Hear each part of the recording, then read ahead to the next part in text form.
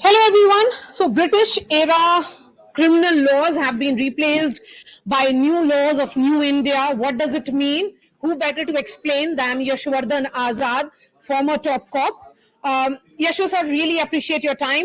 So IPC has a new name, CRPC has a new name, Indian Evidence Act has a new name.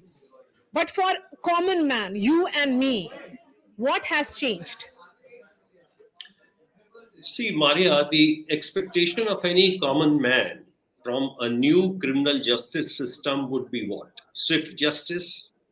That means justice in time. That means the police should put up the charge sheet in time in court. The court should get a decent, speedy disposal of the case, and therefore this should be the end. The new acts, I would definitely say that a good beginning has been made. An attempt has been made to streamline a few things. Two things I can say straight away. One is the accent given to technology. So, for example, electronic evidence you can gather, then in the court, there'll be an emphasis on digitization. India is a very highly digitized economy now. So it should come to the criminal justice system also.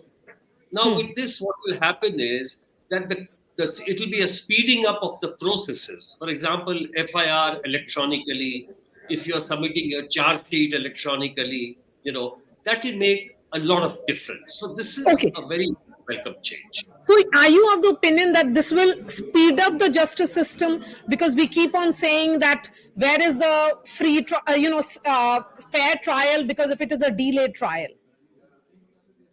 Absolutely right, Marya. The problem is that we have 4.5 crores cases which are pending.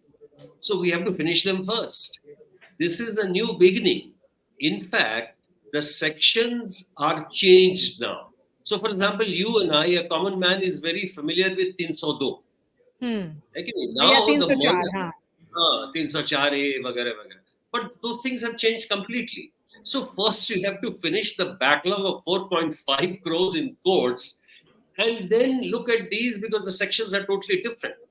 So there are going to be a lot of teething troubles, and I'm not saying that. So Okay. I don't think it will mean speedy justice, though there is a section there that after all the arguments are over, within 30 days the judgment has to be given. So this shows that we are hoping for a speedy justice. Yes. So, there is time-bound manner in which justice will be given. That's a welcome thing, certainly. Mr. Azad, I'm looking at what Home Minister Amit Shah said on the floor of the House while introducing these bills and ensuring its passage. He says that these new laws have been framed keeping in mind three aspects: the civil liberty of citizens, human rights, and equality, which is very, very essential. Do you think that allowing e-registration or registration of e-FIRs become essential? Because there have been several complaints of human rights activists in particular that they do not get an FIR, and whenever the raids happen in their homes, there is no videography of that report of that raid or evidence which is collected on the spot at that time. Yes, so I must say that in the new act, bill has been enacted now. There is a videography has to be done compulsorily for any raid and for any search. And mind you, Supreme Court has already given an order that there should be CCTVs in all police stations. So if you combine these together, then, for example, again, a videography of the statement of the women, once they are raped, or that is also very, very important. So with these, I think there will be certainly an improvement in things to come. Okay, since you're talking about specifics, let me get into some specifics which we could really gather from, very basic reading of these bills, sir. Now, a law that there is that mob lynching has been defined separately, and this has happened for the first time. Do you think the nature of crime, which is changing, like the world is changing, the crime and the criminals are changing, the methods are changing, it's important to define these acts as well? I would welcome the new definition and bringing mob lynching into. In fact, you see, law has to move ahead with times and also in the context that we live in. And we have seen mob lynching cases. And to bring it under the Act is a very good move. And mind you, earlier on, it was only 7 years, which has been changed now. So if mob lynching results in death, then it is certainly a criminal conspiracy and which should be life imprisonment or.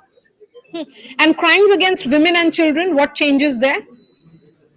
See, one important thing which I feel, Marya, has been brought in is that any kind of exploitation of women or hurting women, whether it's with dowry demand or whether it's pushing a woman to death, I mean that is a clear offence, and that will be for 3 years. And then the punishment has been enhanced also in some sections. And for example, raping of a minor carries a death sentence, and I think that's really welcome because some of the aspects have been emphasized on in the case of women and children, which is a good move again. What about burglary and other petty crimes? Well, some of them have been described as petty organized crimes. Uh, that won't lead to really a great impact. The nomenclature is there. It depends how the investigation is done and how the results are obtained. That is not a very, very important issue, I would say.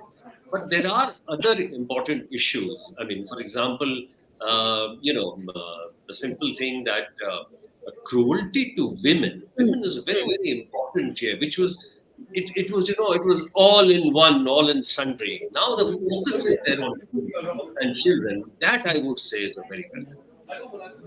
Okay, summing it up, since you have seen how the first line, which are supposed to be the cops, the police, their actions have been questioned invariably in about every act of crime. Uh, what changes there at that first responder level, sir? Well, you've asked a very important question. In fact, I would say that the criminal justice system, when you reform it, it automatically means that there should be reform of its instruments. So, what are the instruments? The instruments are the police, the prosecution, the prisons, and also the courts. So, unless you reform all these four, the criminal justice system might just even fail. The police reform is pending for a long time. There's another thing for last 75 years, we have the government itself does not trust the police. Why? The police statement is not counted in the court. Then why should people believe in the police itself? There's another thing. In the last criminal justice system, the CRPC, it was said that all the towns which are of 10 lakhs or more should have a police commissioner system. That is also missing in this. In the prosecution, there has been no particular change which has been brought in. And what do you do about the prisons? There are serious issues with the prisons. And the courts speeding up. Peshi pe peshi, tariq pe tariq. So unless we look at these, it will be difficult. And sir, given that a time frame has been set for a charge sheet to be filed, that it has to be done within 3 months, do you think that's a welcome move? Particularly that we keep hearing from the political opponents of the present government that they've used various agencies and political prisoners keep languishing in jails. The issue they had raised was that, the 15-day custody is now extended to the 90 days. 90 days are for serious crimes to be filed a charge sheet, right? So the question is, you take police remand for 5 days, and then he goes to the jail. And then, for example, you catch another criminal, then you want to have another remand so that you can cross them with each other. The opposition says that it is against human rights. I would say it is a necessary part of the investigation. So you can look at it either way. Okay, so overall, are you of the opinion that these three laws will ensure human rights, dignity, and of course, at the same time, the civil liberty of citizens will be protected? I'm not too sure, Marya. Unless you bring in police reform, prison reform, judiciary reform, and prosecution reform, it will be difficult to do it the way it is. So the first thing would be to focus on that. And also last point is the states are unwilling to spend any money on the police or all these instruments of change. So Okay. if the focus is always on freebies, then it will be very difficult to have a serious look at these instruments of change. All right, Yashovardhan Azad, thank you so much for breaking down these laws for us. Thank you for speaking to NDTV.